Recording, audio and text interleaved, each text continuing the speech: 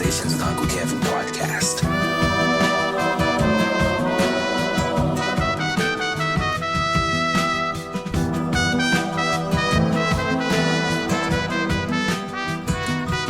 All right. Well, hello guys, how you doing? Welcome back to the podcast. Today I'm joined by Mr. Calvin. You told me your last name, but I didn't save it. I'm sorry. That's all right. My name is Calvin Ramsson. Ramsson. That's right. And You told me yours, but I totally forgot it. See, I told you. People hate Africans. It's Got not you. hate, it's just, I didn't remember it. It's too long. Like when I was in school, my teachers would be like, "You just write Kevin.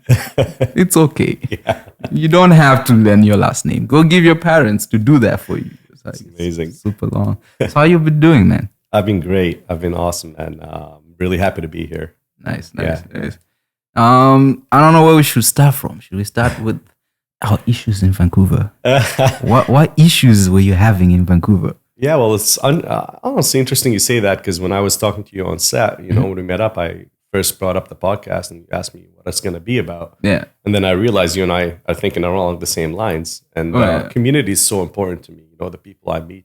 And I try and make these connections that, grow into beautiful relationships. Oh, yeah. And so I think like for me during the pandemic, it was really hard because I'm an extrovert. And so I'm used to, if I'm not feeling good, I just go out with somebody, have a drink, and then I feel great again. And so during that time, I thought, it's really hard to connect with my friends. It's really hard to meet new people.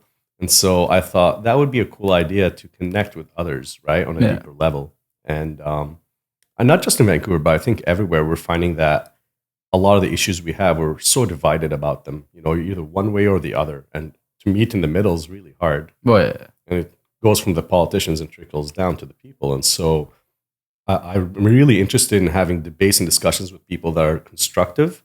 I believe in perspective, like your life and my life are quite different. So maybe our belief system and our values could be different. So it's good to listen to others and be like, hey, where are you coming from? Okay, maybe I understand that, right? But I disagree because this is my experience in life. And I think that this, living this way doesn't work or whatever, right? So it'd be nice to have a place where we can all feel safe to speak to each other, not be judged, and just be able to speak our minds, right? Man, have conversations.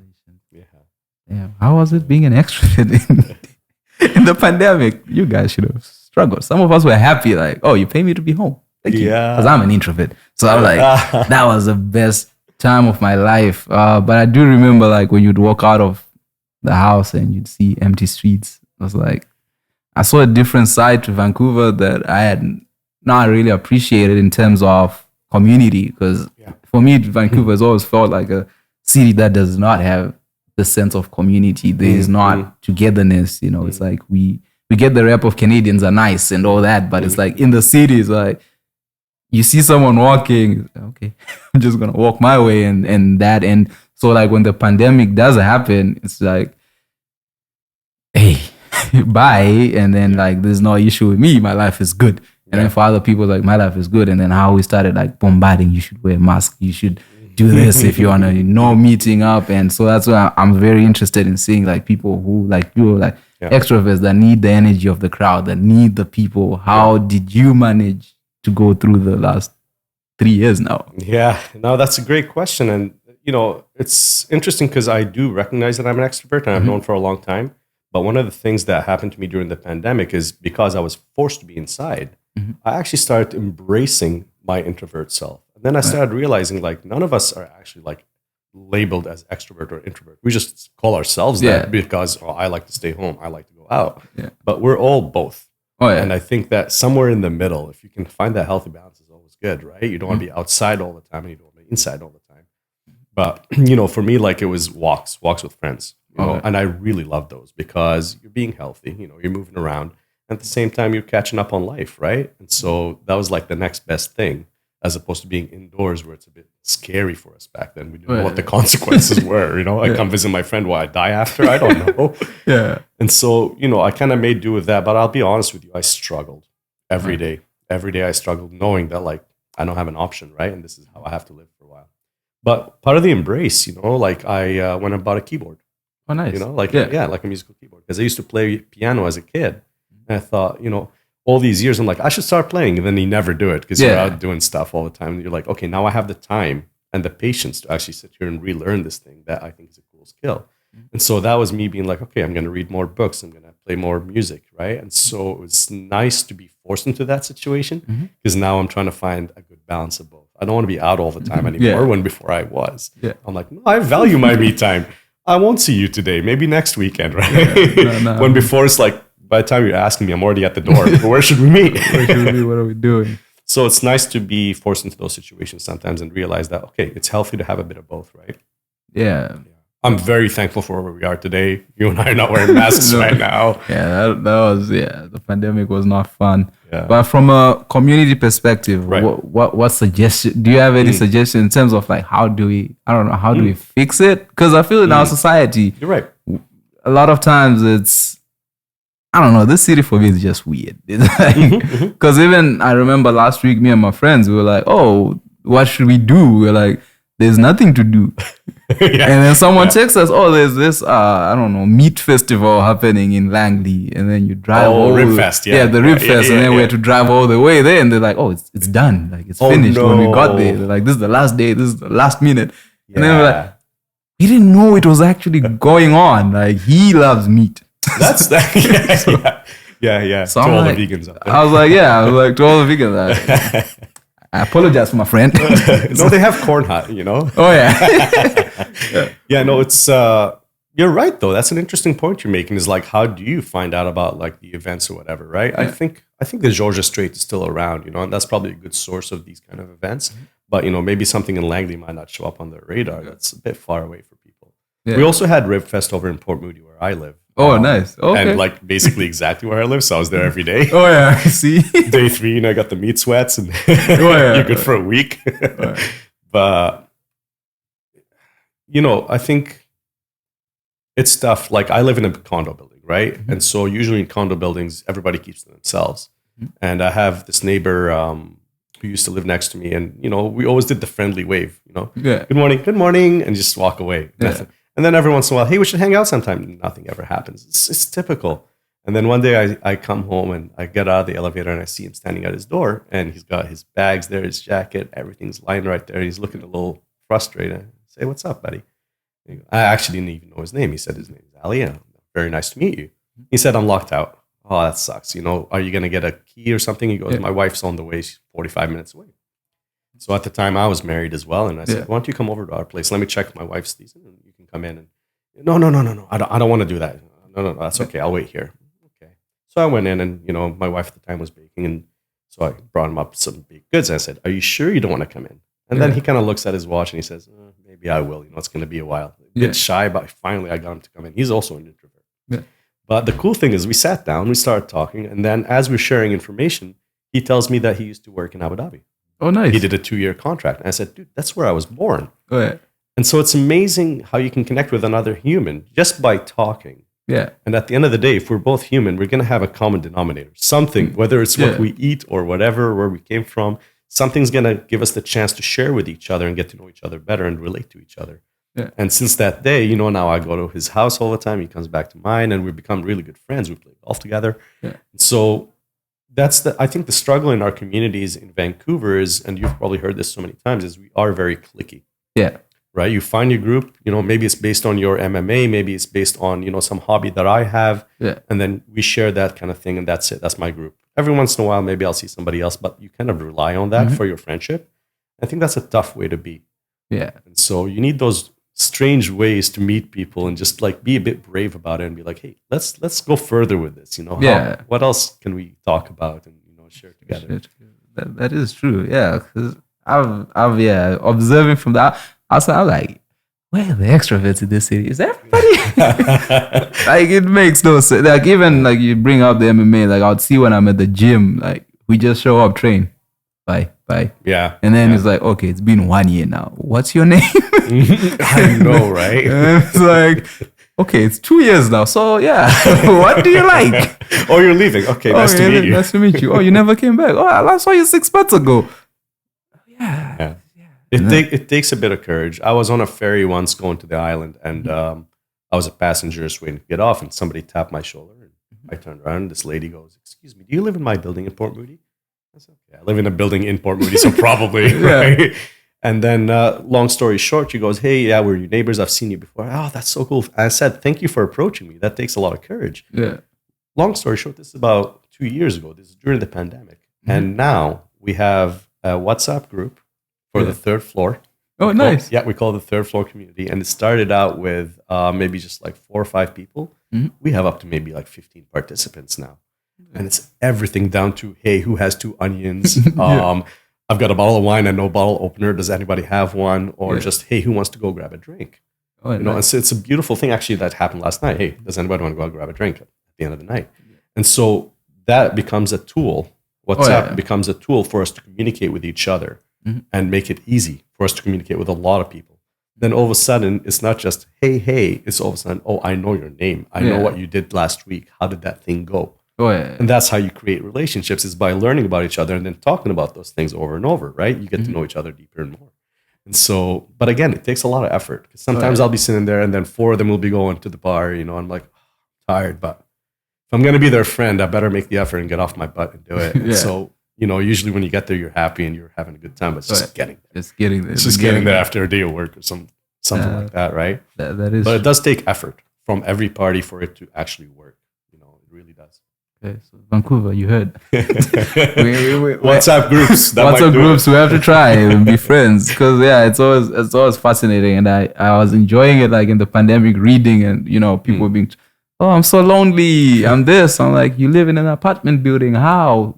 How are you alone? All these people. All these people. Potential. We live in these places where there's always people, but somehow like that's the main complaint. But that's not enough. Yeah. You think because you're neighbors, it's enough. It's not. Like I was in a building years ago and these neighbors seemed so nice. And I kept saying, we need to hang out with these guys. Never happened. We kept saying, I got to see you. I got to see you. Yeah. One day the fire alarm goes off. So we all have to leave the building. That's the first time I actually talked to that guy. I'm like, what's up, bro?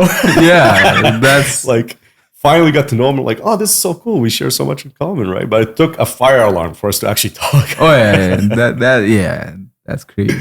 And saying that you grew up in Abu Dhabi, how does the experience like Vancouver and Abu Dhabi match? What's the similarities in terms of community? Is there anything? What's the difference? Yeah, I was born and raised in Abu Dhabi. I left there when I was about 16.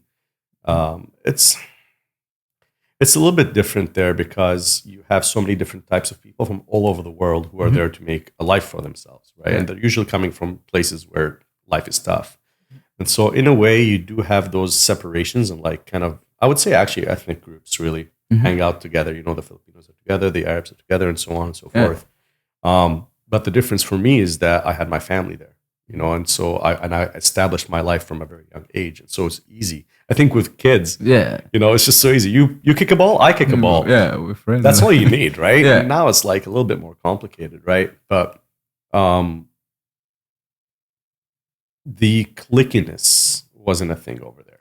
Like if you were to be introduced to somebody, you could probably, make it easier to become part of their life. I think that is something unique to Vancouver that I heard when I got here, and now I definitely believe because I've been here for a while now, right? Yeah. So there are some parallels, but for different reasons. Yeah. And then over there, because I'm Arab and it's an Arab culture, I guess it's easier. Here you've got all this big melting pot of different religions and cultures and traditions and values. So how do you get it all together, right? Yeah. It's actually not that bad, but it seems hard to be cohesive in that sense. It's always fascinating because I remember like in Zimbabwe, what we would do is when you're a kid, you're like, Mom, I'm lonely. She's like, just walk. Walk. Yeah. Once you start walking, you see someone who's short like you, more like you, and you just be like, hey, you wanna play? Yeah, I want to play. Okay, let's play. Next thing you know, 4 or 5 kids are popping up, and you got a ball. I got a better ball, and you're already friends from that day. And when I came here, like I see little kids, they're always with their parents. They're never detached from that. They're just kids. If they're just kids playing, you realize, oh, they're brother and sister, and it's like they're coming from the same family. I'm like, so you don't talk to the kid down the hall? Yeah, just say hi. Yeah, in my day and age, it was just come back when it's dark. Yeah, that's it. Come back for dinner. Right? You're out on your bike all day, right? But it's a different time, a different place. I think Abu Dhabi, when I grew up, was a very small place. The country was only established in 1971 or 72. Don't quote me on that, something like that. So it's back then there's nothing. You know, now it's getting a little bit, you know, the crime's increasing, so you got to watch out for your children and stuff like that. But it was a very different life. That's the bad part. Like, but still, I still feel like, I don't know. I don't have kids, so don't come for me. I feel like, you know, like the way kids are in terms of protection, like from being grabbed by weird people and stuff like kids. Yeah, we hear these stories all the time. Yeah, I feel it's usually these people, they'll pick a kid when they're alone, right? It's like a kid is walking that's a good alone. point. If you're in big groups, it's a big group. It's safer. You're not really going to do anything. And by the time they do, the kids will start screaming and shouting to grab attention. And that's something that just comes from their group of kids. Whereas if your kid is alone and then they're bored in the house and parents get agitated, get out. Yep. That's when you create that vulnerability with just walking randomly. But then and it's how I like, again, I don't have kids either, so it's hard for me to speak about this. But you know, when I worked at Whole Foods for a few years, and you know, if I had samples of something and the child came up to me, I would never give them the food before I see where their parents are. Yeah. I would say, oh, that's great. You know, do you want to check with mom if you can have that or not? All right, thank you. Right. Yeah. And it's just establishing that communication with the parent, that safe zone, it's all good, right? Yeah. And I think it's that kind of communication, right? Oh yeah. Yeah. But in general, I think it's just, we have that culture here of cliqueness. And like you said, you go to MMA and then you're done. Peace. You know, see you next week.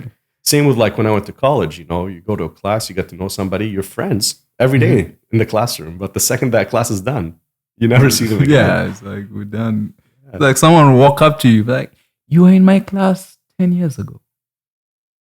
Okay. Yeah, exactly. But I actually like making random connections. I love that. And it takes a bit of courage to talk to strangers. I have two good stories about when I was at CapU. One is I was just in a hallway one time, and at the time I worked and I went to school. So I had a bag on my shoulder and a bag in my hand, you know, like everything. This guy's, oh, that's a lot of bags. And I said, oh, you know, this is what I do. And we talked for like 2 or 3 minutes just in the hallway. You know, he was there to pick up his girlfriend. He wasn't even a student. Yeah. And long story short, after that, you know, we started communicating by phone. Then we started having coffees together. And this is years ago now. And so this guy, his name is Kevin as well. You know, we maybe see each other a couple of times a year, talk, you know, maybe a few times a year. That's it. But it's nice because we made that connection years ago and we still carry it till today. And that's a stranger. You never know where life is going to go with that person, right? You never know. And like, that's your best friend.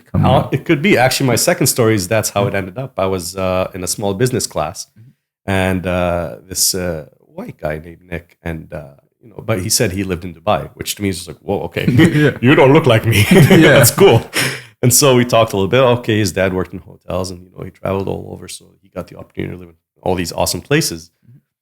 And then, you know, finished university. We kept in touch, and they kept being like, let's hang out. Nothing happened. Let's hang out. He's over here. I'm over there. It's just hard. And I've been in real estate for a while. Yeah. And I've been working with somebody. It's been all right, but I'm not like really into that guy that I've been working with, the realtor that I was with. And I was just thinking about, you know, I want to start fresh with somebody else. And then I thought, oh my God, that guy that I met in university years ago, I think he's actually a realtor. And I remember he was really smart. He was a hardworking guy. He was honest, right? So that's what you want. Yeah. And I contacted him, and he actually helped me sell 2 properties last year. Oh, nice. It's crazy. This is somebody you met in a class, and you just did a project together. Yeah. And all of a sudden, we're making money together. Yeah. And now we've taken it even further, and we're working on property management and things like that together. We've got a few ideas that we're working on, right? Yeah. And so it's just amazing how you can plant that seed at one point and just leave it be. Oh, yeah. It'll come later. You'll see what that is going to grow to be later, right? You have the seed, but you don't know what the fruit's going to be. That is amazing. Sometimes it takes that patience, right? Yeah. Yeah. That is amazing. So Vancouver. Lynn. All right. I don't know how y'all going to fix your problems. And then it kept you, what did you study? I did communications.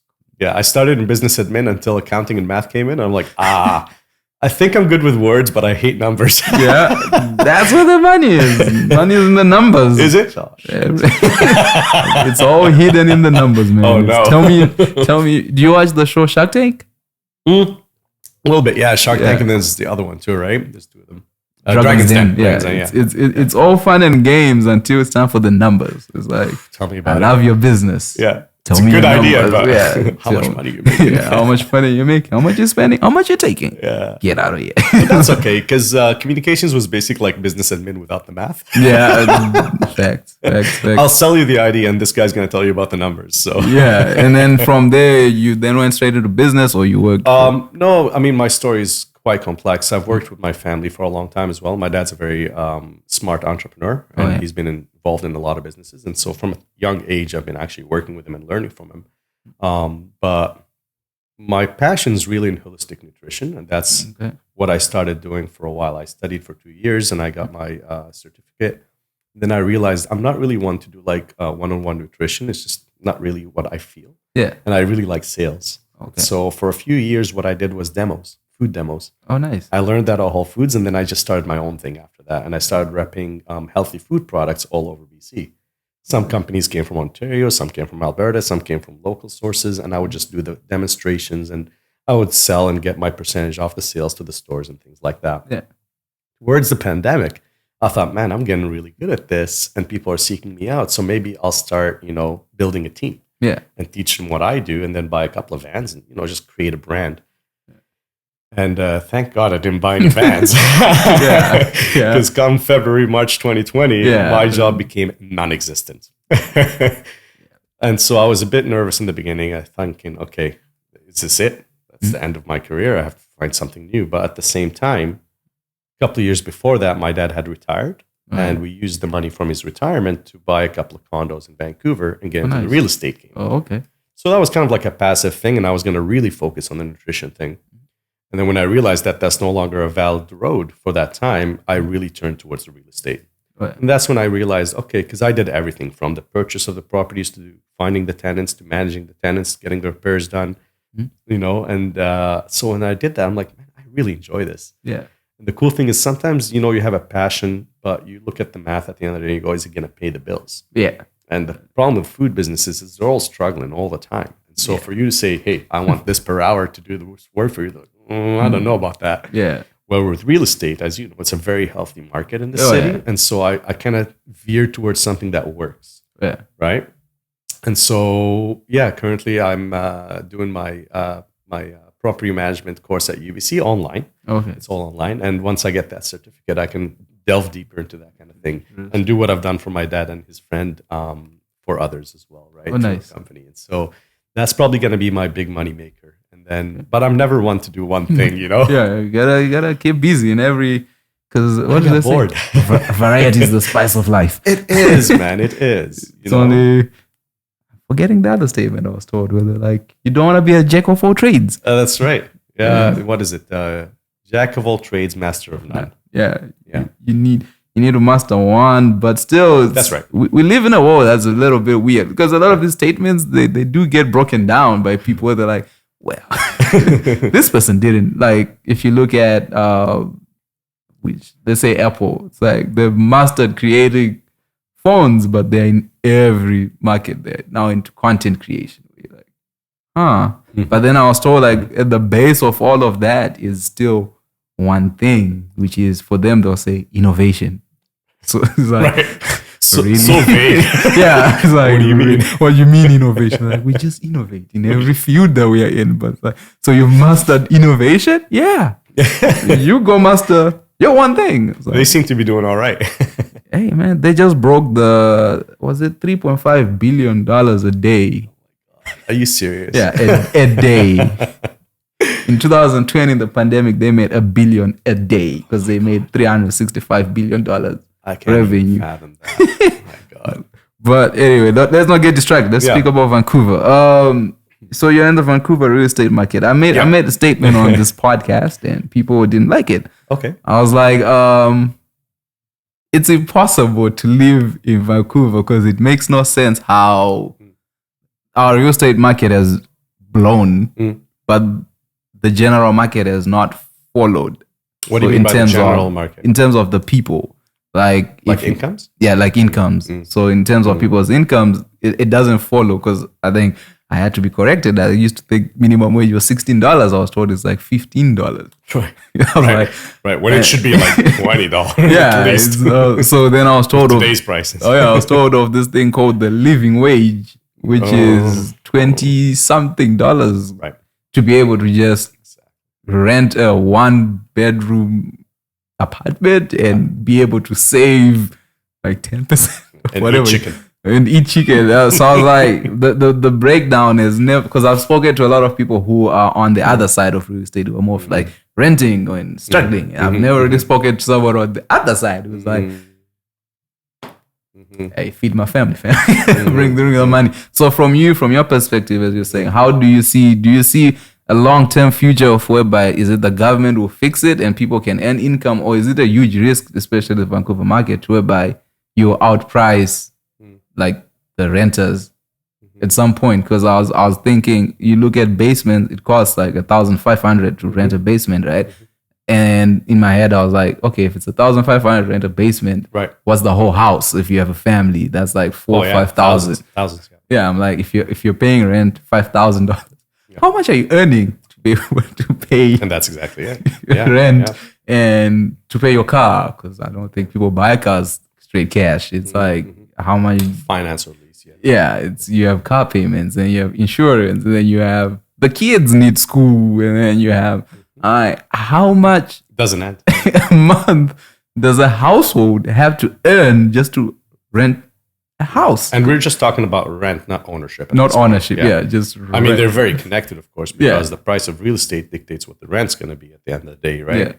I think obviously this is a topic. If you're from Vancouver, we talk about this, the weather and real estate. We talk about this every day of our lives, right? Look, and you'll probably relate to this because you've been talking to quite a lot of people, especially people who come from other places. When we say, "Why do you live in Vancouver?" Like if you're born here, because you're born here, but why did you come to Vancouver? And we all say the same thing. The weather. The weather. It's the only place where it's not going to snow 6 months of the year. And for me from the desert, from you from Africa, snow is not, like it's nice for a few minutes, but then go away. Why are you here for months? I need to go places. Can't do this. And so I think that the supply and demand, old adage really kind of applies here, right? Mm-hmm. And that's exactly it. When you have a massive country of people and everybody wants to be in this one province, naturally the price is going to go up. And none of us want to go over to even Alberta next door because it's so cold, right? A lot of the year. And so we all end up in this one place. And then even in BC, we're all in the lower mainland. So not even just in the same province, but in the same area. We don't want to leave because, even I live in Port Moody. My friends in North Van and downtown are like, oh, you're pretty far away. Dude, no, it's not that bad, right? And so we're all trying to be in this one area. And so, of course, that's going to increase the price of living. I honestly don't know what the solution is. I wish I could tell you. I've been on both ends. I've been on the end of living with my parents, and then I went and rented for a long time. And then, thankfully, I've been blessed that, my father has helped me, and I finally have my own condo here. But without him helping me, no way, man.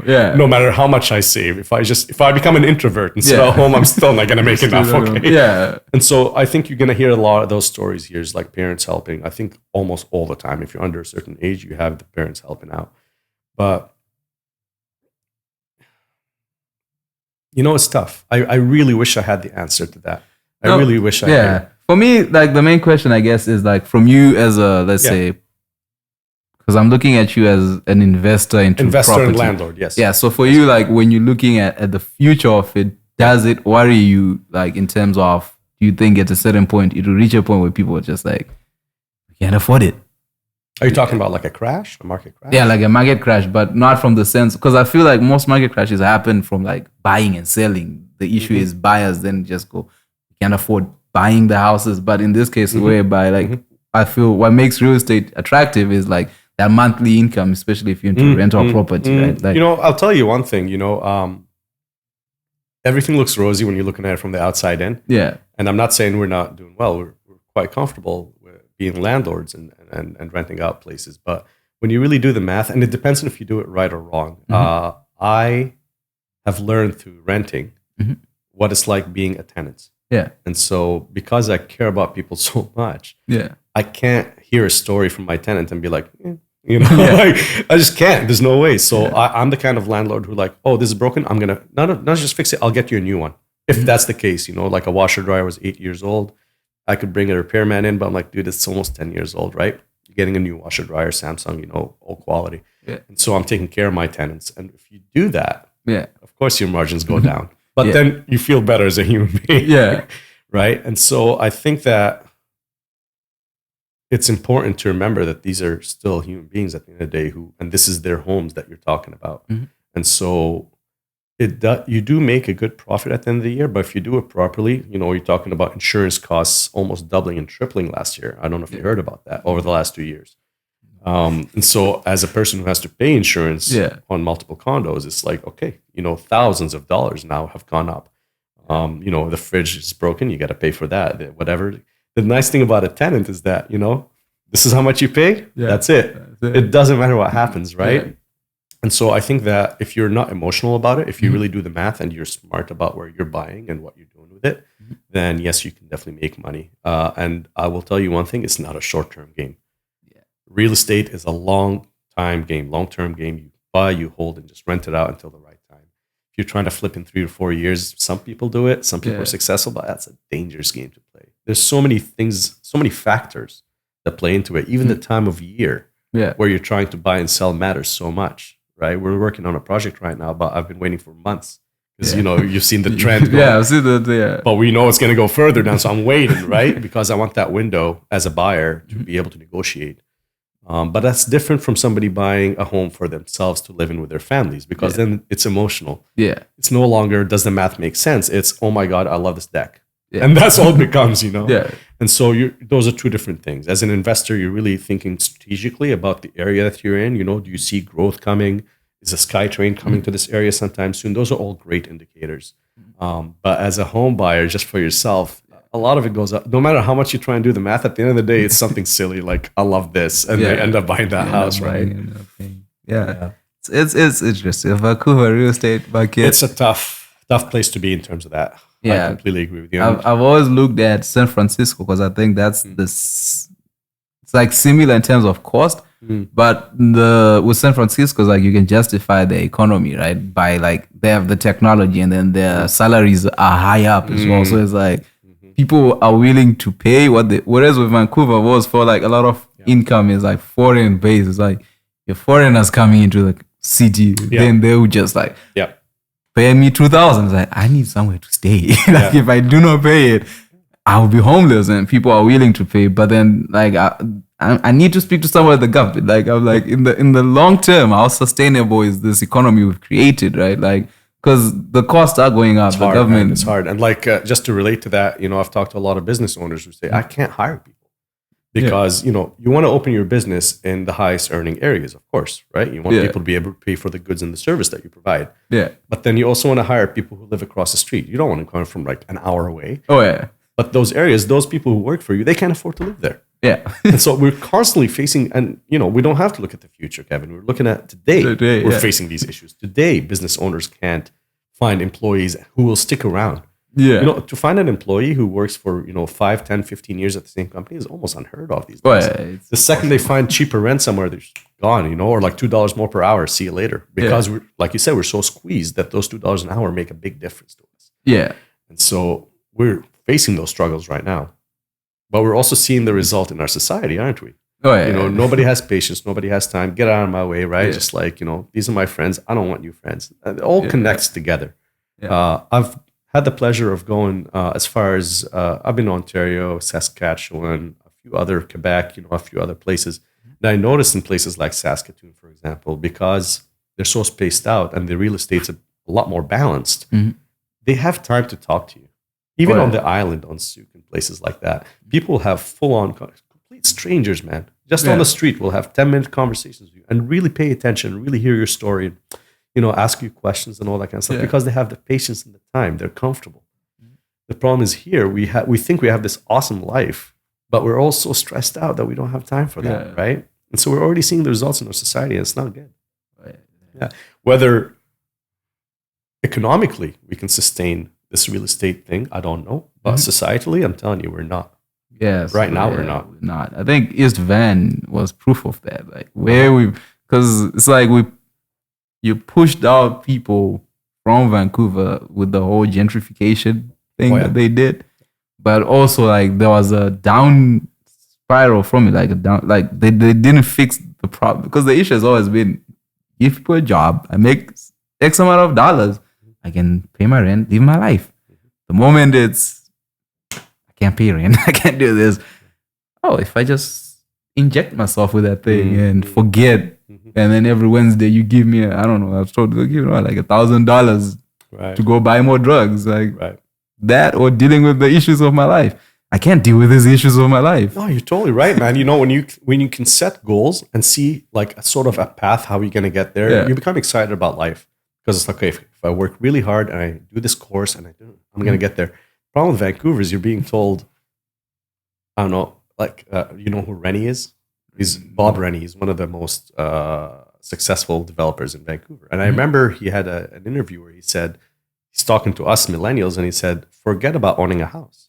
Like, don't even think about it. You know, maybe dream about a townhouse. Dream about a townhouse, right? Don't even consider having a house." And so he's already setting that precedence for us. Like, don't even dream that big. Yeah. And so we become kind of discouraged, right? So if you set a goal and you don't see any paths how you're going to get there, you kind of become kind of discouraged about it, right? Yeah. Why should I why should I fight that hard if I can't even get to my goal? Yeah. That's what people are being told is like, you're not going to get there. No matter how hard you work. All the money you save, you can eat chicken for 5 years. It's you know? It's next to impossible. He's right though. Like, I think I had a guest who broke down the cost of buying a house. I think it was $1 million and stuff. And what she was saying was, if you try to save up even the deposit that's needed, it's like, because in my head I was like, oh yeah, I think they say 10% you should have. Was it 5% that you should have of the deposit for the bank to give you the mortgage money? She's like, you got 35,000 just sitting in your bank account at this one, like, and then she's like, it's even more than 35,000. We just say, I'm like, no. So it's becoming the city of investors. Yeah, 10% of $1 million is $100,000. Yeah, so it's like, and you can't even buy anything for $1 million. Yeah, it's like you can't dream of it. Or the thing that people now have to do is like, what can I do to get to $1 million? Like, I did a video again last week where I was like, if you want to find the most searched videos on YouTube, is how to make $1 million. And it's no longer like a status thing, like I'm a millionaire. I just want a home. Just want a home. Just want to buy a home. That's mine. Yeah, that's mine, and I can afford. And then like I was reading, the central bank keeps on hiking the interest rates. So now even getting the mortgage is next to impossible. So I'm like, the city. I do not know I tried reading the Vancouver long-term plan of BC. Oh yeah, I've seen those. Yeah, I was like, this makes no Vision 2030. Yeah, Vision 2030. I'm like, at no point that like we will have more skilled trades. I'm like, the problem is not skilled trades. The problem is you're not paying people. It's like, pay people. Once you give people pay, they have enough money. People will surprise you with ideas that they have. Like a lot of people right now I feel in Vancouver just in survival mode. No one is in that, let's thrive. But if you put in a situation where people get into, not everyone wants to get into real estate. Not everyone wants that headache of like dealing with issues. But now it's like, oh, let's talk about real estate because it affects me. I'm needing to pay rent. It's like, oh, I'm gonna buy. You are my problem. It's like, no, I'm not your problem. This is my thing that I've seen that works for me and, you know, my temperaments. And I feel like this is what I want to do. But it's like, we will pay you $14.50. You have to buy this house at $1 million and make back your profit from this person earning $14.50. So you have your basement with 20 people just to cover the cost of your house. Like somebody. And again, it goes back to like everything's so connected, right? You know, where I grew up, the cool thing is that you got to know your neighbors and then they'd stay there for 10, 20 years. Yeah. So you really could have that community because you can get comfortable with those people. Yeah. And I think some of the struggle we have today is that you know that your neighbors are temporary. You know your roommate might be temporary. The second they get a better opportunity, they're going to skip out of there, right? Yeah. I'll tell you personally, a lot of my best friends are gone now after COVID. It really changed things. One friend moved to Taiwan. Another friend moved to Nova Scotia. You know, and I've had all these friends just like another one went to Europe, right? And so we're quite fragmented. And that's a problem because if you don't think that you're going to know this person for the next 5 or 10 years, you're not going to put a lot of effort into getting into a deeper level with them. Yeah. So we have this like temporary life all the time that we don't know where we're going to be next, right? And that affects us. So we can't really build that community. And the other thing too is like how long it takes to get places now. Yeah. You know, like I grew up on the North Shore and I live in Port Moody, but like, you know, if I just want to be like, hey, let's step out for a beer, I can't drive 45 minutes and do that, right? Yeah, exactly. It's the convenience of like, yeah, let's go, right? So your friends are all over the city now, just wherever they can find their luck, you know? Okay, I live here. I live here now because I found a deal, right? Yeah. And so it's just, again, it's all connected. The real estate thing is connected to our social lives, to our financial means and our security. Right? And if we can't have, if we can't ensure that we're going to be safe, we're always going to be agitated. Right? Oh, yeah, and that's tricky. But who fixes it? Is it the politicians? Is it whose responsibility is it to be like, I'll fix it? I've cracked my head on that. Like, who somebody has to be held responsible for, like, because I thought, I don't understand how the minimum wage thing works. Because like where I'm from, we don't have minimum wage. It's just, this is the job. This is how much I pay for it. Which with the minimum wage, I guess it's fair because it provides a fair ground so that employers don't take advantage of employees. Which, if you're a desperate employee, they'll definitely take advantage of you, right? Oh yeah, that's why I feel like, okay, that part I get, but it's not enough. But then it's like, who did? And the thing is, it's already it's predetermined, like the BC one where they're like by 20. Oh, they already know. Yeah, the increments something of increase, which are like minuscule, right? Yeah, it's like every dollar or 50 cents. But I'm like, the inflation that we just had is not at $1 or 50 cents. Like we're at 10%. Yeah. Whatever I used to buy at $5, $10. I know, right? And that's the problem is that before the pandemic and after the pandemic, man, is life so different, right? Like a piece of bread doesn't even cost the same anymore. It's like you increased my minimum wage by this much. Yeah, and you still expect the bread is double the price. Somehow you expect me to. I'm like, I don't know who has to fix this, but somebody. Well, a lot of people are in debt now too because of that. Because you're going to continue to eat bread. Yeah. You have to survive. So we're going into our credit cards now. Yeah. So those guys are like.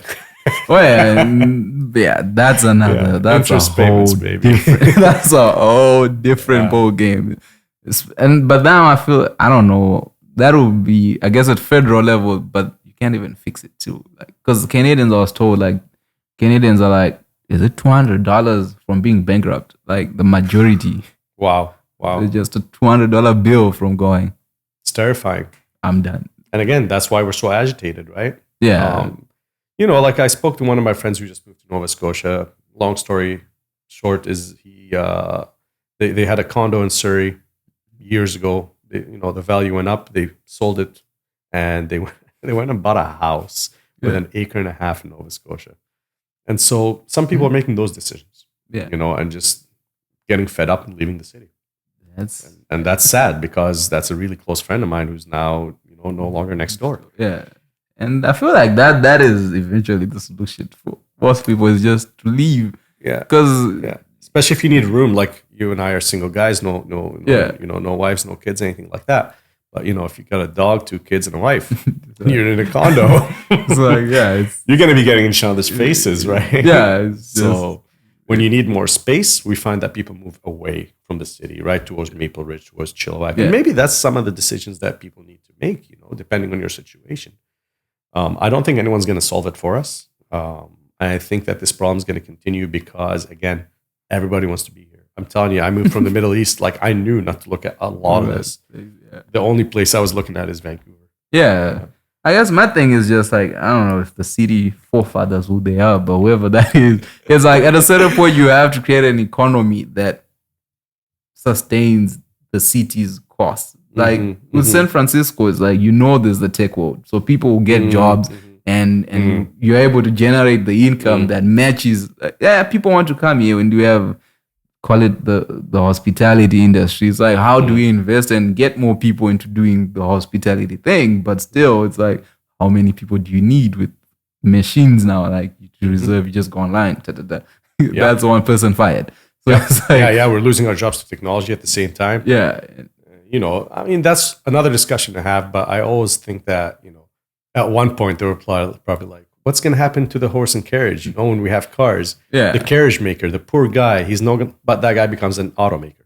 Oh, yeah. Right. So I think that, the replacement by putting people in situations where they have to learn new skills because their job is replaced by technology is a natural progression of life. But yeah, it's just a matter of like educating yourself. Like, with cars, it used to be a guy who, has to unscrew something, take out the belt, put in the new belt. Yeah. Now this guy has to learn how to like program the thing to do whatever, right? I just repaired your car. There you go. No, you get me. Like, came with a book to read. Yeah. What do I do now?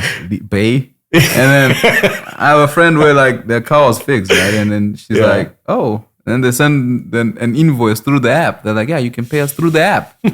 She's like, oh, so I can take my car without paying? Yeah, the app will track you until you pay. Just, you can get your car, go do whatever you have. It's crazy. I was like, oh, you don't have to walk into the office and get your keys. And she's like, nope, my car has the car key in the app. Started from there. Yeah, well, that's apparently how you buy a Tesla. I didn't know this, but my friend told me you order online like a pizza. Yeah. And it arrives at your door, like with nobody there. Nobody there. You're in the car. It's insane. This is crazy. And I want to conclude this on the real estate thing. What's your views on universal basic income? Tell me a bit more about that. So it's like what happened in the pandemic where they were giving people that served the $2,000. So the concept with the universal basic is the same thing. It's like you give people $2,000 and then, but they still get to work their jobs or whatever, but everybody gets. So let's say if you earn under X amount of dollars, say 50,000 a year, we'll give you that whatever to get you to $50,000 a year. Basically like a basic living income. Yeah. Calculating what should cost you for your rent, your food and all that. And then you have that security. That'd be an amazing thing because economy, again, is not my forte. Yeah. But I'll tell you something, I know for a fact that people are more creative and people are more thinking outside the box and coming up with solutions when they're comfortable. Yeah. When you're trying to figure out how to get that roof over your head, you don't care about any of these existential things, right? And so I would be in full support of that, man. I think that would be a great idea because I think crime would go down, like violent crime, theft, that kind of stuff would go down because those people are not going to put themselves in dangerous situations if they don't have to. Yeah. Right? Most people won't. Some people are crazy, but most people won't. Yeah. I think that'd be an incredible thing. I think that actually could be like a way of seeing our human people advance in how we think, how we behave, how we carry ourselves around each other. I think that would be incredible. So a lot of the disparity and the unfairness that we have is because of the system that we have where, the privileged are privileged and the ones who are not just dream about it. And so that would really equal things out. Whether we'd be allowed to do that, it's a different story. It's an interest. Yeah, I don't know. Because like, I know you're not in economy. Canada is like a $1.5 trillion economy with a population of around 30 million people.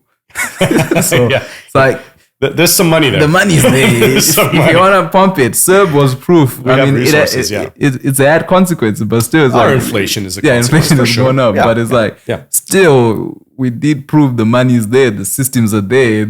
When we needed it, when we needed it, it was like, in the mail. Everything is there. We can do it. And dude, I know some of my friends who were so thankful for that too. Just like, man, I don't know what I would have done. It's like, but for some people, it's like even with that $2,000, like, you can't pay my bills. But totally. it does help people move. And so it gives you that baseline of comfort. Yeah. Where you know, okay, I'm not going to starve. Now I can, really start coming up with ideas and taking risks. You don't take risks if you can't afford it. But if you can have a little bit of extra money and just, okay, I'm going to buy this, and take a little risk, maybe it'll work out, maybe it won't. Right. Yeah. So I think it'd be really cool, man. I would love to see something like that. I hope the politicians are listening because they're the ones in control. That's right. And you told me you're on UBC. I recently saw or met someone, a stranger. He just started venting at me. He's like, you know how much I have to pay for my courses at UBC? He's like, he pays $10,000 for one course. Total he's not from here, obviously. Yeah, he's not from Canadian. He's like, his total was it's 10 times. He's like $20,000 for 2 courses in one semester. I was like, you pay that. My entire you better be a lawyer after all. My entire master's degree was probably your one semester. I'm like, how do people go to UBC? Like, how do you even afford going to UBC? And then I'm like, oh, now it makes sense because like being African, having student loans, makes zero sense. I'm like, why do I need a student loan? Your parents go to work. The only person who needs a student loan is if you don't have someone supporting you. So Right. Yeah. But then once you start breaking down, it's like, oh yeah, it's 5,000 or 10,000. That's really tough, man, because, you're talking about people who've come into the country and trying to build a life. Yeah. Not somebody who's already here and like trying to do something different with their lives, right? Yeah. For me, my course costs just over $1,000. Bad, right? Yeah. Like that's doable. That's Come on. doable, yeah. But like 10 grand, are you grand. insane right now? And that's the problem, is that you have these people trying to build a life here, and maybe they were actually quite educated back home, but we don't, approve that education here, right? The equivalency of it. And it creates that extra barrier, and then it's really tough for people. Yeah. It's, but now UBC this job. I don't know how you justify charge you $10,000 yeah. for a textbook. Like, this information is already there. I think they say that that's actually the true cost of education too at the end of the day, which I don't know if I believe that. I think somewhere in between the two numbers is the true cost of education. It's like, how is it like, I know. That's definitely them making profit. Yeah, where they say, what do they say? Like, if you're Canadian, you pay, let's say, 2,000. Exactly. And then if you're international, you pay times 3. Exactly. It's like, at least. Not more than that. Yeah. Yeah, it's like, why? It creates that extra barrier, doesn't it? Yeah. So it's like, why are we doing this? And then, well, okay, fine, they're international. You want to charge them whatever you want, but still, it's like, we go back to why is it 2,000? Why is it 5,000? Or because it's like you can't. There's no justification to charging someone, because if UBC can charge you 5,000 and then you go to say Capilano and for the same course they're charging you 1,000, and then you go to mom and dad's college. Yeah, and at the end of the day, it's like reputation as well. I've heard people say, "Oh, I come from the best university. I studied this. Oh, where did you study it?" They're not proud of you yet, right? Yeah. Oh, where? At this school. Cool. Oh, I studied at this other school. Oh, wow. Yeah. So I think that actually does also dictate the price.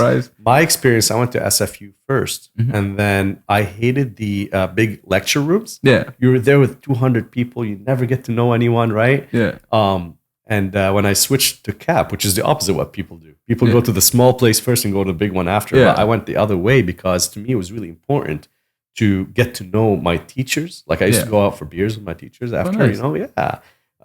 Students who I still have so many friends from school today, at least 3 or 4 or 5 people who I talk to on a weekly basis. Yeah. Right. And so that's it. If you're looking for that name where, the resume looks great, then you got to go UBC, SFU or something like that.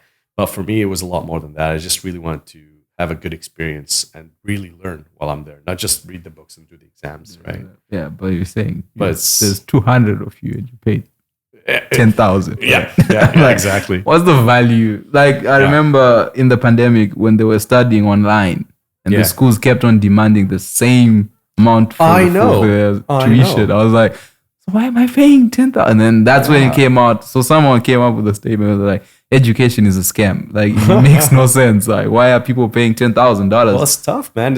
I don't know if it's a scam or not, but it is tough because, again, I think if we go back a few generations, you were told that if you study and you work hard and all that, you'll have a nice house with 2 kids and a dog. But these days, you're being told, okay, you can take a student loan, go to university for 4 years, and come out and just battle for a job after that. And you're battling for an entry-level job after all of that. So I think what I would say is that you have to really look at like what you want to do with your life and just figure out what multiple paths you might have. Sometimes university is the right way. Sometimes maybe, a little college and take a quick course and learn on the job. I got to tell you, man, like I've done some schooling, but a lot of what I've learned is either because I had an amazing manager who believed in me or I just had the right workplace with the right teammates. And that is honestly how I've advanced in my life. When I worked at Whole Foods, I was quite young. I didn't know what skills I had. Yeah. I just knew who I was. And I had an amazing manager who saw through all that. And he started, first I was like stacking apples and all that. And he goes, why don't you do a food demo? I said, what is that? He goes, okay, strawberries and chocolate, just sell it. Okay. And then from that, I became a food demo guy. Yeah. And then I learned that, oh, cool, I have this skill. I'm able to speak to people and smile and like sell things. And that's really nice because it's something that I'm good at. Yeah. And that's how I started my own thing after. But without Jorge, without that manager to believe in me and put me in that situation, I don't think I ever would have gotten there because I wouldn't have discovered that skill that was innate within me. But he knew people so well that he's just like, this guy, you do that. This other guy, I think you'd be really good at this. And so no matter what you do at school, I think it takes good leaders and good people to believe in you and see what you've got to bring that fruit out of you and make sure that you're successful, right? But do you think after paying almost 100,000, would you work in Whole Foods? I'm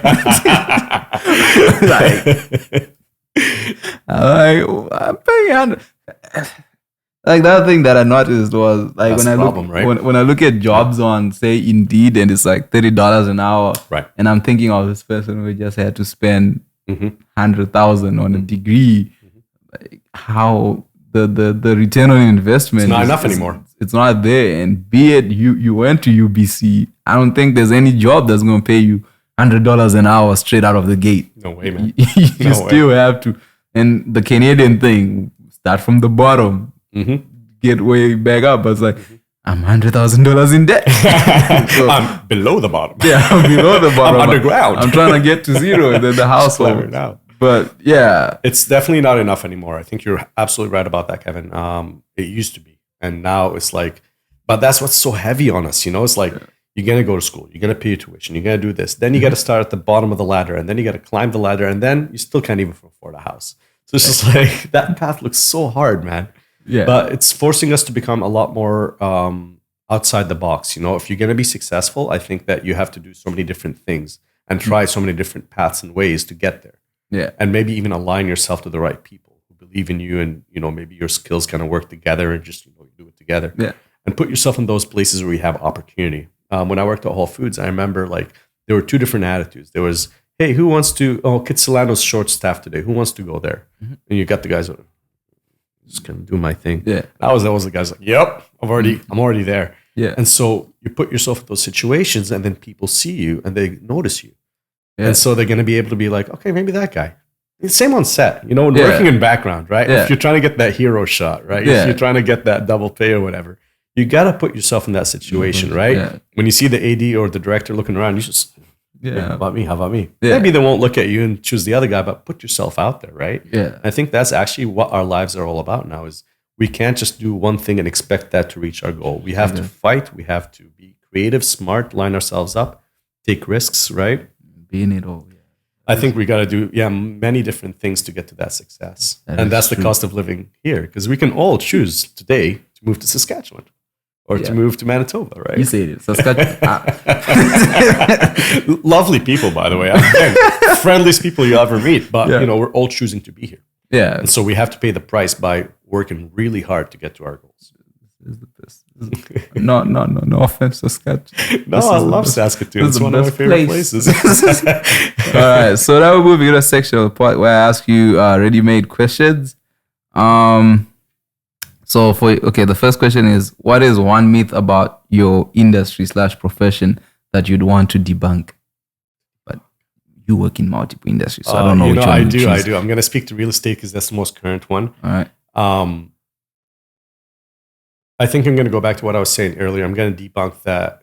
I think sometimes you look at landlords and property owners as like, whoa, these guys are making bank. Yeah. I'm going to debunk that because if you actually, like I said, if you're paying your property taxes and you're paying your insurance and your warranty and all that kind of stuff, it kind of dwindles your profits a little bit. And so I would say that people who are thinking that, hey, I'm going to buy an investment property and it's going to be awesome, do the math. Talk to somebody who's already doing it.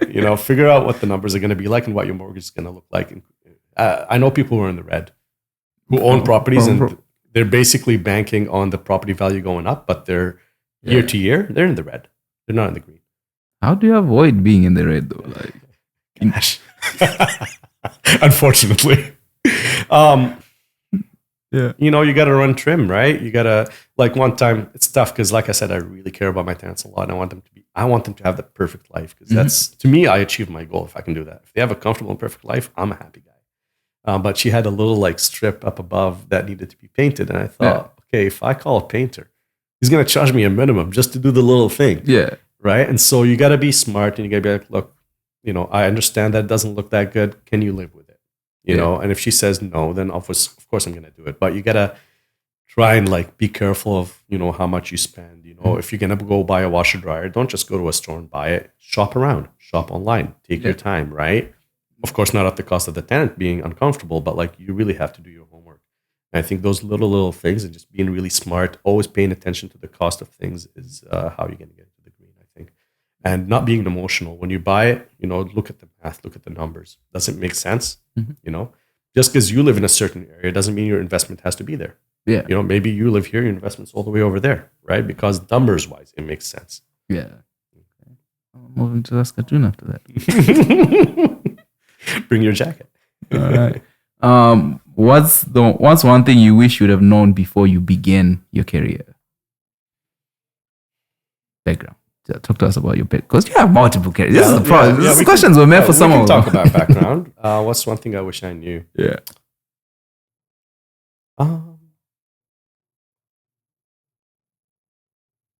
Well, with background, it's such a special job because it's kind of fun, but it's also really, really grueling. Yeah. I think one thing I would have wanted to know is from the get-go, really making yourself known to the ADs and the directors and the people who are around, because at the end of the day, those are the people who are going to be choosing you to do certain things and not do certain things. So just being early all the time, smiling, not complaining, realizing that when you're talking on set, the AD probably hears you. Yeah. They're not stupid, right? So if you're sitting there complaining all the time, they're going to see that and they're going to hear that. Yeah. So I think when I got in, I was quite young and just kind of whatever. But I think if I really committed from the beginning, maybe I would have had credits by now and been union. that is facts. So just always hustling and not complaining about the hours, not complaining about lunch, not complaining about that. Just hustle. And in real estate, okay, fine. I'll give it to the people. They came for your real estate. The question, Shirari, what advice would you give to someone trying to pursue a career similar to yours in terms of real estate? Okay, that's a great question. I would say stepping outside the box. My part, what I enjoy doing is the property management part, but I think a lot of people become realtors and want to become realtors, most people.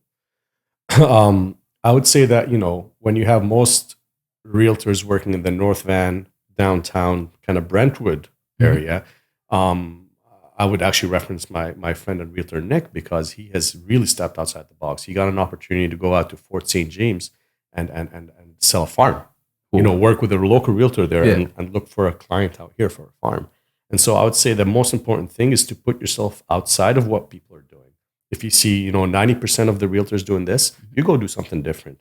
Even if it doesn't seem to pay you right away, I think it'll pay later because you become more unique.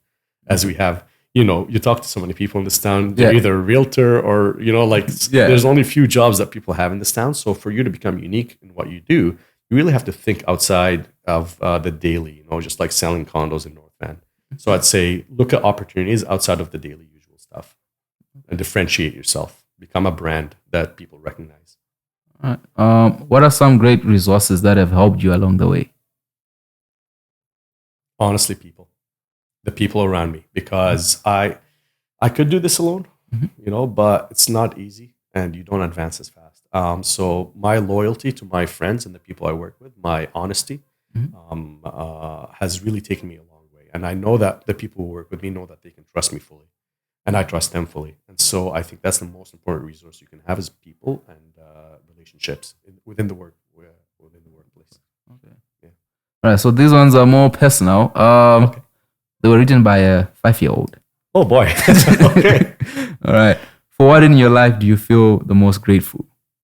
I think I'm most grateful I'm grateful for a lot. I've been lucky in this life, man. I'm grateful for living in Vancouver, to be honest. The fact that I made it all the way out here, we were born with refugee status when I was born in Abu Dhabi because my father's from Palestine. Yeah. And so a lot of my cousins and family over there, they dream of being in North America. You must know this, coming from Africa yourself, from Zimbabwe, right? Yeah. And so I feel blessed. I think that is definitely the most grateful thing and the best thing that my dad has done for us is move us over here, because I've heard this from somebody on your podcast before too. It's just back there, sometimes you work your ass off and you do all these things and that you don't have equal opportunity. Yeah. You're told to your face that because you're born this way, you don't have equal opportunity. Yeah. And I think that's what I'm most grateful for is being in a country where, look, man, if you just do the right thing, hustle, be honest, work with the right people, you can reach your goals.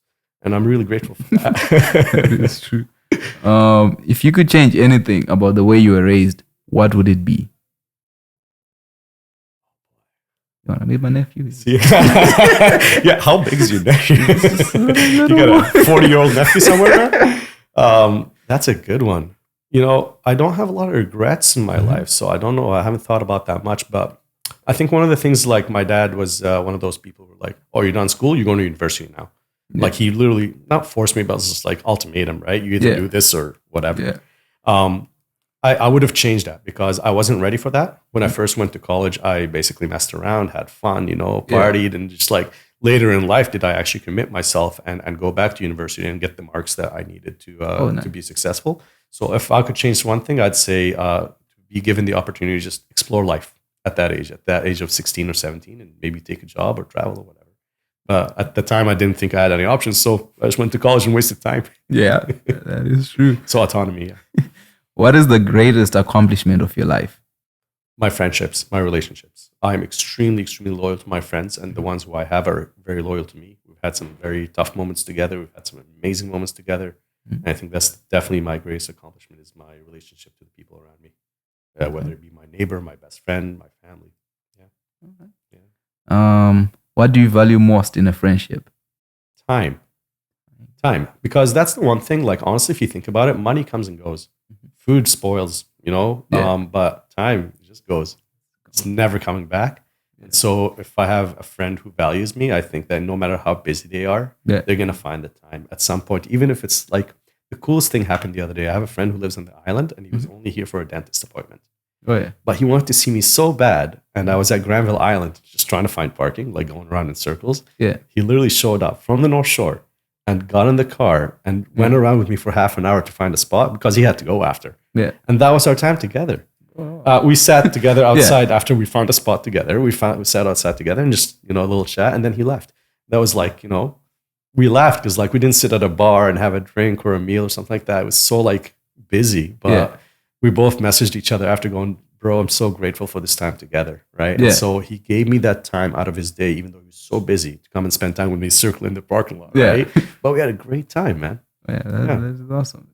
It's our most valuable resource. Yeah, it's funny you speak of time. I was speaking with my friend, like her daughter, someone told her, like, your daughter really loves you. And I was like, yeah, for kids, the language is like love for them is time. The only thing for them, if you don't give them time, they feel like you don't love them. And then if you tell them I love you, it doesn't mean anything to them. It's how much time you spend. So I was like, because you spend a lot of time with her, she values that. Whereas, say me, I just come in, hi, bye. It's like, you don't love me. You don't give me your time. But I'm like, yeah, I'm a kid. If you're my kid, I'll be there and I'll give you all the time that I have. And that's just true. So I was like, interesting that you say time because I just had this conversation yesterday. Oh, that's awesome. I was like, yeah. Well, especially for kids, because they don't know the meaning of I have to go work and I make this much, therefore we can only afford this. So you buy them toys, they just know, oh, I got a toy. Yeah. Right? But it's the time, where's mom, where's dad, right? How much time are you giving to me?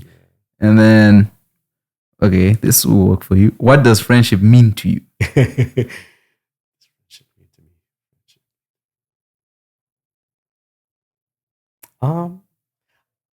I think friendship means a relationship that is timeless. Again, back with the time. Yeah. What I mean by that is that, you and I are sitting here together right now. Maybe I don't see you again for 2 years. Yeah. But if you and I come back in 2 years and it's like awkward, it's like, hey, so you're still doing this thing? Oh, cool, right? Yeah. As opposed to like, you have friends like you don't see them for a long time and then you carry as if you saw them yesterday. Yeah. I think that's true friendship, where a lot of time can pass, but you're still so tight and you're able to talk about, what's happening now. You don't have to go back to like, remember when? Yeah. And just like old stories. I'm that dude. Yeah. I think that's it. Knowing each other and being so comfortable with each other that like, no matter how much time you spend away from each other, you come back like it's just yesterday. Yeah. What's something people seem to misunderstand about you? Oh. I don't think I'm the usual human that you see every day. Honestly, I think I'm quite forward with people. Yeah. No matter how much I know you or not. So I think sometimes when they're strangers and I like really pay attention to them, and I'm asking them like maybe deep questions, they're kind of like, what does this guy want from me? Or like, why is he that way? Yeah. But I'm just so interested in people that I think sometimes maybe I throw them off like too personal. So I got to back off and be like, okay, let's just touch on the light stuff. Maybe in a couple of months we can get into the deeper stuff. Like, are you the feds, man? What did you hear about me? Why are you interrogating me? Like one time I was at work and usually we go, hey, how you doing? I'm great. How are you? Yeah. That's the automatic answer. I'm not looking for you to give me your troubles. Yeah. So one time I said, hey, how you doing to this lady who worked with me? And she's just like, actually, it's awful. I was like, oh, wow. I wasn't prepared for that. I was like, okay, let's talk about it, right? Yeah. And then when we started talking about it, I could tell that she was comfortable and she wanted to share with somebody. And that was really special, right? Yeah, that is always the beauty. But sometimes if I go into those questions, people are like, too much. You're asking me too much. If you could turn back time and talk to your 18-year-old self, what would you tell him? Again, I have very few regrets in my life. And so it's hard to change things. But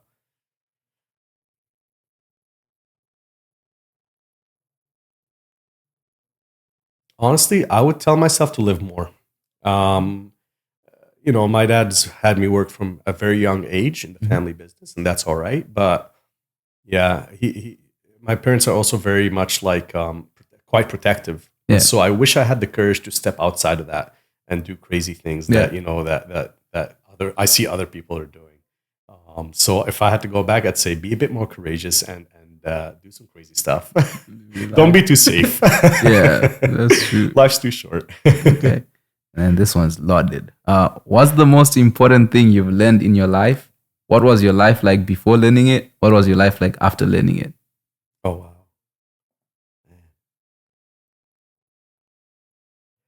I think there's been a few things that I've learned. Two that stand out is balance, like having a balance no matter how much or what you do. Yeah. But I think perspective is the big one because we're all so different from each other, especially in this beautiful city, right? It's like we all come from so many different backgrounds and socioeconomic abilities and all that. And so I think perspective is the one lesson that I've learned about humans that's really important. Yeah. And how it's changed my life is, it's easy for us to judge others or like look at how somebody does something that's stupid. Why would you do that, right? But I don't know their life story. There's probably a reason why they're doing that or talk in a certain way or whatever. Yeah. And so I think how it changed my life is I understand people so much better by allowing them to give me their perspective before I don't even want to judge people, but before I make up my mind about something, right? Oh, yeah. So I think that's a very important one is perspective, knowing that everybody's so different, right? All right. What is the best compliment you've ever received? Oh.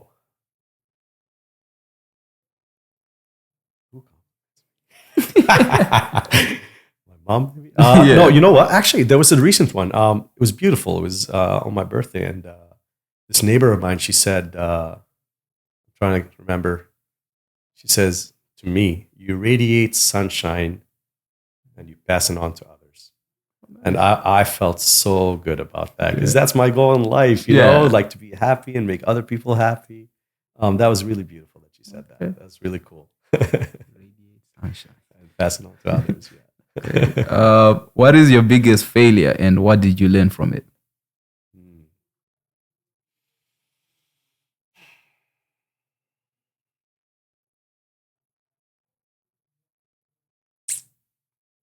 Okay.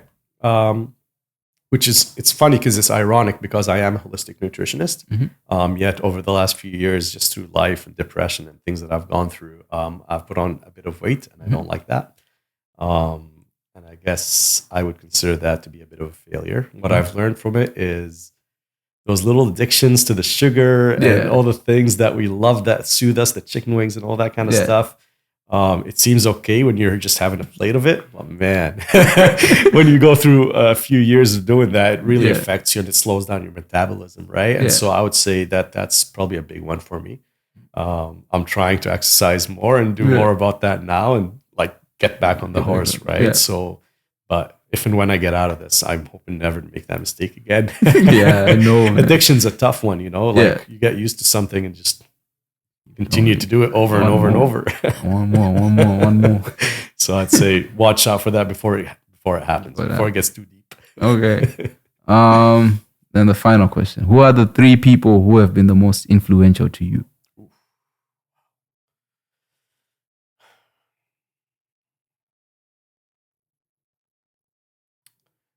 I would say my father for sure. Even though I disagree with him so much on certain things, I've learned a lot from him. I really have. And he's taught me to more smart in business, to just really pay attention to what's happening in terms of economy and all that. Other than that, I would say my friend Chris for showing me that true friendship actually exists. I met this guy at a job interview one time, and I was going to take on a job, and it didn't happen, and I moved on. But that was like a 6-month stint at a company. Yeah. Years later, this guy's still my friend. And we've literally gone through everything from crying on each other's shoulders to laughing together to all that kind of stuff. So I really look up to him because he shows me what a good friendship is. And then the third person, maybe we can pick somebody on TV or something. Honestly, the creator of Whole Foods, I think his name was Rob Mackey, because he started out just wanting to have an organic grocery store in Austin, Texas. That's all he did. He just started an organic grocery store. Now he's got over 400 stores, and he got purchased out by Amazon a few years ago, right? And so I really look up to him because it's cool to see that somebody can, again, plant that seed for something. And then years later, I mean, the payoff didn't come for literally decades. He started this in the 70s, I believe. And so I really look up to him because he started a cool mission that is really to make the world a better place and to provide us with healthier lives. And now he's become this super successful multi-billionaire, right? Yeah. But based on, something that is so cool and so awesome that really serves people, right? Yeah. So I really look up to him a lot. Okay. Makes me hopeful. And any questions for me? Any questions for you? Actually, I have one question because you and I have shared that we're both interested in podcasting, and I really appreciate you having me here today. Yeah. How did you start doing this? Why did you start doing this? And now that you've been doing it for a couple of years, is it what you thought it's going to be? Why I started was I always wanted to speak, but I always felt, because of being an introvert, I was terrified of public speaking. Of course. So when I discovered I could speak because my podcast started from a phone, I could just record my voice into an app and upload it, and people can hear it and never affect me. That was my first step into it. And then after that, I started discovering there's a thing called podcasting. And then I was like, what I've been doing is podcasting. But when I was just recording and throwing it out there, whatever this app did. And that was on an app called Musical.ly, which is TikTok today. Oh, no way. I didn't know that. Yeah. That's incredible. Okay. That's what I used to do back then. And then from there, when I realized there's a thing called podcasting, I was like, oh, this is pretty cool. You get to sit down and speak on different topics, and if people are interested in those topics and in how you talk about them, this is how it does it. But what I didn't know was you could make money, or it could be a brand, because for me it was just I needed somewhere to have conversations. And then I was like, if I wanted to speak with strangers without being weird, what's the best way to do it? You're talking to the right guy. Yeah, I was like, what's the best way to do it? Because I'm very introvert and I'm terrified of having conversations if I just meet people. Like it somehow, I don't know, I get social anxiety, I get all these things. So whereas with this, it's like, it's my space, and it's like someone is comfortable to come in, and I try to open it up as much as I can to be like, it's open, it's a house, come, let's have a conversation about you and whatever you want to do, because I'm interested in people, but I'm just terrified of people as well. Wow. So when I started it was what I expected it to be. It wasn't it. Because I thought people would come and be timid and just be like, okay, let's just talk about music or whatever. But it's like people are willing to have those in-depth conversations and to actually speak and to have those. I was like, I've never had these conversations outside of this. Just, hi, I like your shoes, this. But it's like, I actually think of these things. Because like one girl that I had was like, I thought we were going to speak about MMA. We start talking about racism. We start talking about her wanting to be a firefighter. I was like, why would you want to be a firefighter? Like, of all the things you can be in your life. And then she breaks it down to me why it's important. And then I was like, this thing. That's why like Joe Rogan's podcast is like, that it makes sense now how he's able to have, because if you're speaking to different people every day, what this person says connects with this person, and then it changes your perspective on it. So for me, that's where I was like, I love this. Like, I love talking to people and learning from people, because everybody teaches you a different thing, and we all have different views. Yeah. And so it's like, I thought the world was this. And then the more people I meet, and even some of them are my friends, it's like, I didn't think you thought that way. Yeah. Well, I didn't know this about you. Yeah. And then it's like they're changing my whole perspective to different things. Like someone broke down generational trauma, where they're like, if you look at, let's say, slavery, which is something people bring up, is like, I might say slavery doesn't affect me. But then they're like, well, you do know, like, in your cells, so female cells, that egg that a female has is passed from generation to generation. So that means if your great-great-parent was a slave, whatever trauma they had is in those cells that they genetically, it's going to be passed down to the good and the bad. Yeah, so it's like it's going to be passed down to today. So if we just ignore certain things and be like, oh, these people went through this thing, it doesn't matter anymore. It's like, no, it does, because it's in their DNA that this trauma. I was like, okay. And then she's like, oh, you think you don't have trauma, but think about the fact that when you're a kid, right, and your parents would say, go clean those dishes, and they'll shout at you. So now, anytime you're at the sink cleaning your dishes and you hear a voice, you're traumatized. Yeah, you just go, oh. I was like, oh, wait. It's like, yeah. So it's possible. So like, I'm like, this is just through the podcast. If I never speak to her, I would never have thought of cells and that's amazing. And this thing. So it's like every time I meet people, you learn different things. So in doing it, I've learned that in realizing, oh, it's actually a platform that can be big. Like I can get to the point, like I plan on speaking to Trudeau if he's ever prime minister for forever. You hear that, Trudeau? Yeah, I'll need him to explain to me what's the difference between African leaders and him. But those things, so it's like I see the potential of it. Like, oh, this can actually go big, and there are people who appreciate the podcast, who listen to it, and I'm like, I've really been enjoying it. Yeah, and those things, I didn't know anybody would be on the other side watching it. Well, I'm like, me? Oh, okay. Wow. And people would DM me like, you haven't uploaded in the last 2 weeks. What's going on? People are paying attention. Yeah. And that routine is so important. Oh, yeah. I expect this every 2 weeks, man. And then you're like, I thought no one was, because on the stats it tells you, it's like no one was watching. You're like, I thought no one was watching. They're like, I'm always watching. You've got a few loyal fans, it appears like. Yeah, because I got to a point where I was not even promoting it, and it would say 10 plays. I'm like, who are these 10 people who played? It's your nephew. Yeah, it's my nephew with these questions. I'm like, who's these 10 people? But that's what you learn, like the difference. I don't know, like I guess if you look at a Joe Rogan one where he has like 3 million people watching, some people are there to just attack him. Some people are there, but there's a feeling. But also, there's a difference because he came from television, from Fear Factor, from all these, from MMA, right? So he already had an audience when he started, right? I remember the first few episodes was him and that Brian guy just talking for hours, man. Actually, even trying to set up the audio, right, while we're listening. But with yourself, and I'm about to embark on this journey myself. I think it may be a bit harder for us to establish that following from the get-go. Oh yeah, right? which is still fine, because I was told don't do it for the following, just do it for the message. Because like you find, let's say, think about what was the example that I was given. Like think about if you have how much money would you pay for your dad's dead? How much money would you pay to be able to see his life? Like what's the number would you put to see your dad when he was a kid? So it's like, think of, if you're going to create content, think of it in the sense of... Oh, that freaks me out, actually. One day, people are going to look at this and be like... Oh. Yeah, they're like, think of your grandkids going, so what did that guy, what made him, different? Then they can be able to look it up and see you on video. Like, that's why you do it. And then the rest will follow. But the main thing that you're doing it is for your generations to come, who will then be able to look at. So this dude who set us up in Canada, this was his thinking. Oh, he was complaining about rentals being crazy high. Look, they're low. That was my granddad. He started it. I'll be honest with you. That's actually really interesting, because often I think about like, man, my dad doesn't talk very much, right, about feelings and stuff like that. But like, I always think about like, whoa, that'd be crazy to like actually see what his life. I try and imagine it sometimes, like what his life was like, and I can't. Yeah. It'd be cool if I could have a little sample or a window or a video like we do have today, right? So that's a really good point.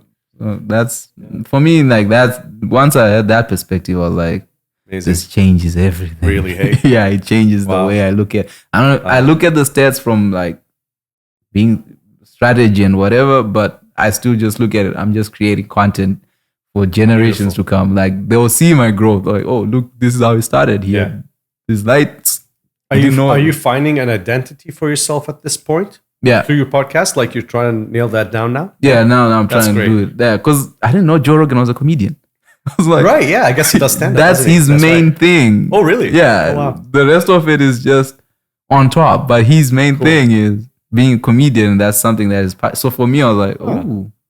So that means I have to find who am I as I'm doing this, and why should people listen to me as I'm doing this? So that's why like it's conversation with Uncle Kevin. I'm like, who is Uncle Kevin? So that means I have to find my own fear factor. I like this Uncle Kevin. yeah, it's for the nephews. Exactly. So I have to find who he is, and as I do that as well through the podcast, through these conversations, you'll be able to see the growth in me. Like, oh, when Calvin came, he was not introduced, but all of a sudden, he started to think different about it.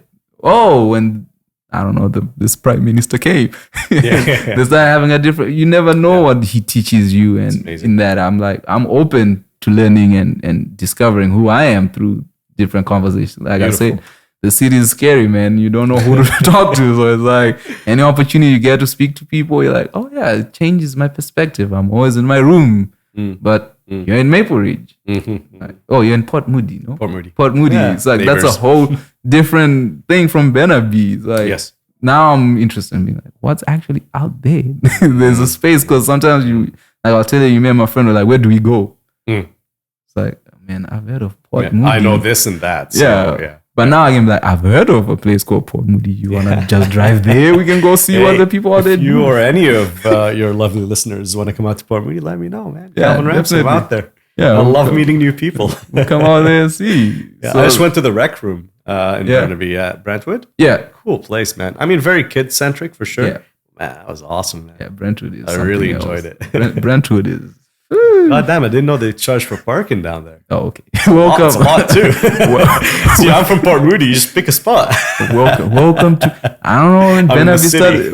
When Burnaby... This was a Vancouver thing, but welcome to Burnaby. Everywhere you go. I used to love Burnaby because you could just park your car and walk wherever you want to go. But now it's like everywhere you go, there's... Cha-ching. Yeah, it's like pay us. Yeah. And then they have the... So what's it called? Paid City of Burnaby. I was like, wait, what? I want this one pay City of Vancouver.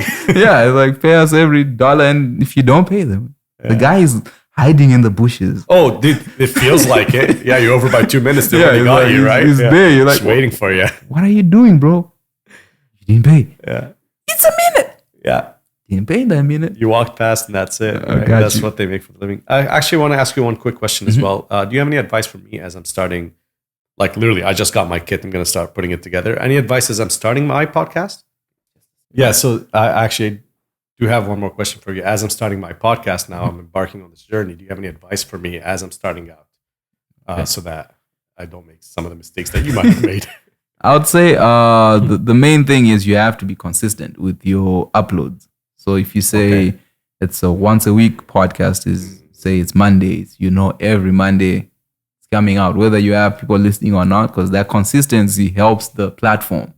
So let's say it's Spotify, it's wherever it's going up, they know, okay, this thing comes up on this day. So you create that consistency, and then your audience, once they see someone, okay, this guy keeps posting. The first time, like, okay. And then you find the more numbers you have, if you say discover the podcast, it's on episode 10, and there's 10 episodes I can listen to, that's impressive. Then, you posted one episode. Right. When is the next one coming? So I would say it's about consistency and your sound. Sound matters more than anything. Okay. Yeah. Good for me to know. Yeah. Sound is like you can have terrible video, but sound. If your sound just goes terrible, people don't listen. Like we can have people running around here. Yeah. But if the sound is there, people will switch off the video and listen to your sound. Especially because I think with podcasting, I know I'm this way, but like I'll be doing stuff around the house and still listening to it. I'm not really like I see it sometimes, right? Yeah. So that makes sense. So it's, your main concern is sound, and then if you're gonna have guests, you have to do your research on them. Like as much as you can. I know it's the internet, you can't believe everything, but because you find people are more open when you're speaking their language more than yours.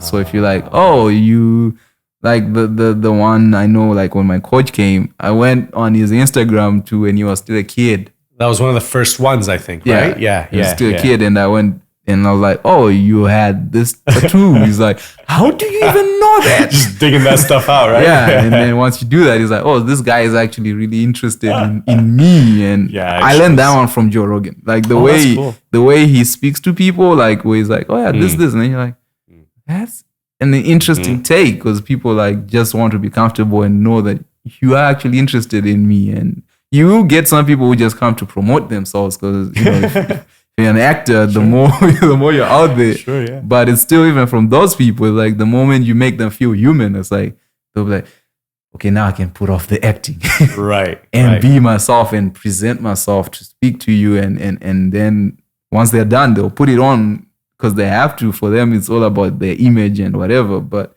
in most cases, people just want to know that you're more interested in me, my story. That's the most important thing. And people will speak. You can just go the whole podcast. Yep. Yeah. Like I had a guy who came, we were speaking about immigration. I was like, no idea what you're talking about. But he just went. And he went. And then he just told me, like, last week his wife texted me, like, yo, thank you for inviting my husband. He enjoyed it. He started his own podcast now.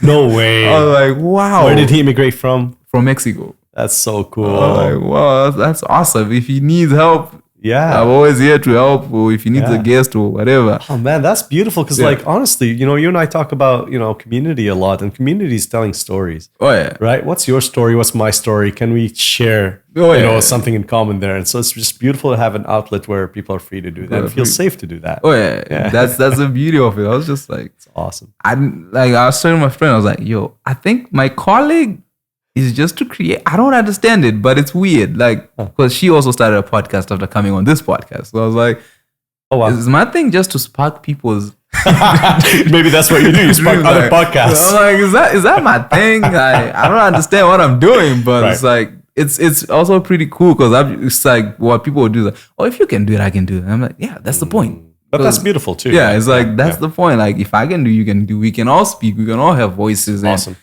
as the world is going crazy, and the loud ones are loud, we're still there with the silent voices going, well, I have a different opinion. If anyone cares, I'm over here thinking a little bit different. So I'd say for you, it's just that, be yourself mainly, because people will see beyond if you bring a presentation. Like, make an act of it. If you make an act, it's like at a certain point you get tired of it. Yeah. Because you just like, it's not authentic. I want to talk about these issues, like, let's say, I know your podcast, you'll be talking about issues in Vancouver. If you just present yourself as, listen, guys, I'm Richard Branson. I don't know, the richest person in Vancouver is. This is how I'm going to speak. Like, I cannot relate to anybody. If you become a character almost. Yeah. At a certain point, people are like, is that you? Right. Or are you putting on a character? And then how long can you sustain the character? And the worst part is, if you're pretending to be someone, that person comes on your podcast that you're pretending to be. It's like, you want to be genuine, right? Yeah. I did a public speaking class when I was at CapU. I got an A+, man. Like, I'm good at this stuff. But I remember I did one, and I could tell that the students were watching me going, whoa, right? Like, this guy's got it. And I thought, my ego, right? I was just like, I'm going to kick this. So then she looks at me, the teacher, and she goes, Even the students looked at her like, what? We're trying to become like him. Because I did this beautiful, but it wasn't vulnerable. I put on an act, and it was a character, and I did this whole thing with a voice, and I stood a certain way, and I looked a certain way, and I did it. It was perfect. It was polished. It was polished. So she goes, I want to see you vulnerable. It's too clean. It's too good, right? I want to see the real you. And she shocked me, but also I was so happy she said that, because she was actually teaching me. Yeah.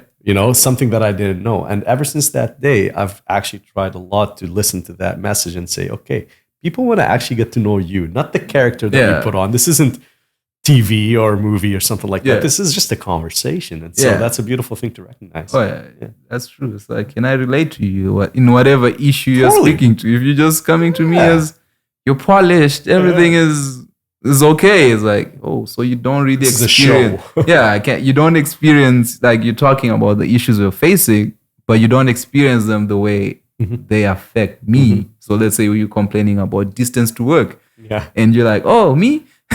I drive in the Hove lane now. I just speed through it. There's no traffic. What are you talking about? Electric. And then someone's like, oh, I take the bus. Right.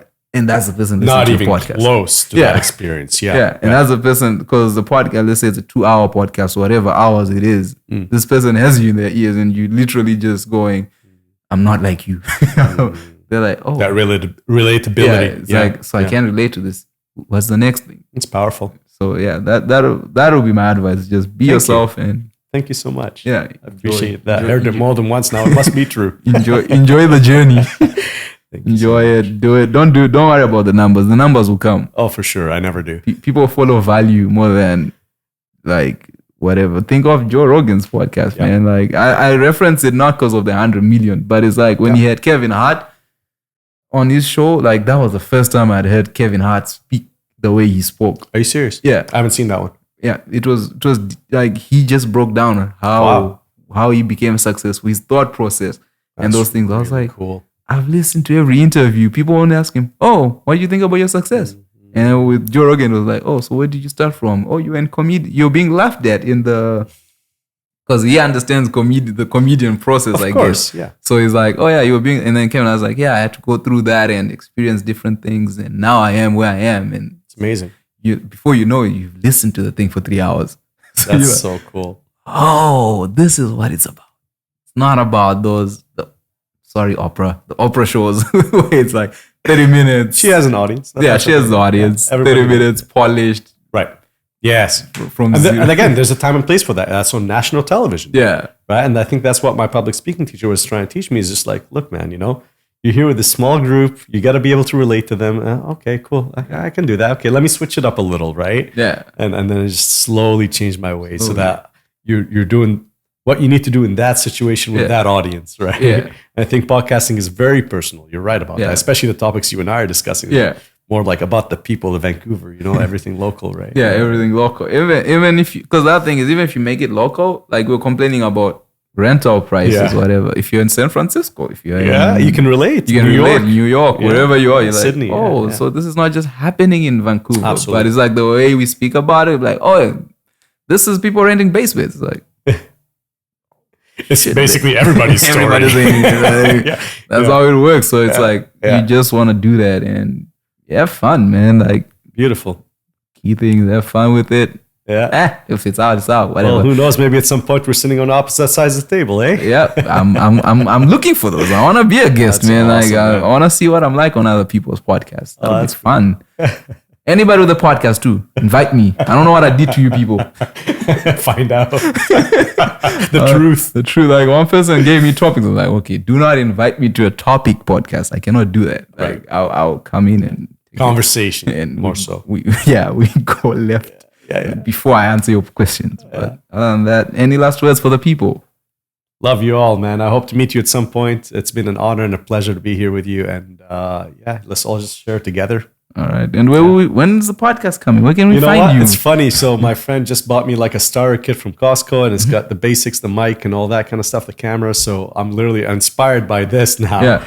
I just got it 2 days ago. So I'm going to go home and install it, and I'm going to start, practicing with it. Yeah. But this is something I've wanted to do for a long time. And it's funny how life works, Yeah. I've been talking about it for 2 years, haven't done crap about it. Yeah. Then all of a sudden you invite me to be here, and the same week my friend says, hey, look what I found at Costco. So sometimes life literally just goes, go do it. Just do it. We need you, man. So now I have no way out, I've said it on here, so I have to do it. We need you, man. Like with the whole recession thing coming through, we need you. I appreciate that. And honestly, I'd be so happy and honored to have a voice out there, and I'm going to just do my best, and maybe I'll get to where you are. Sounds good, man. Anyway, thank you for the opportunity. Thank you for coming through. Cheers. With that said, people, see ya next week.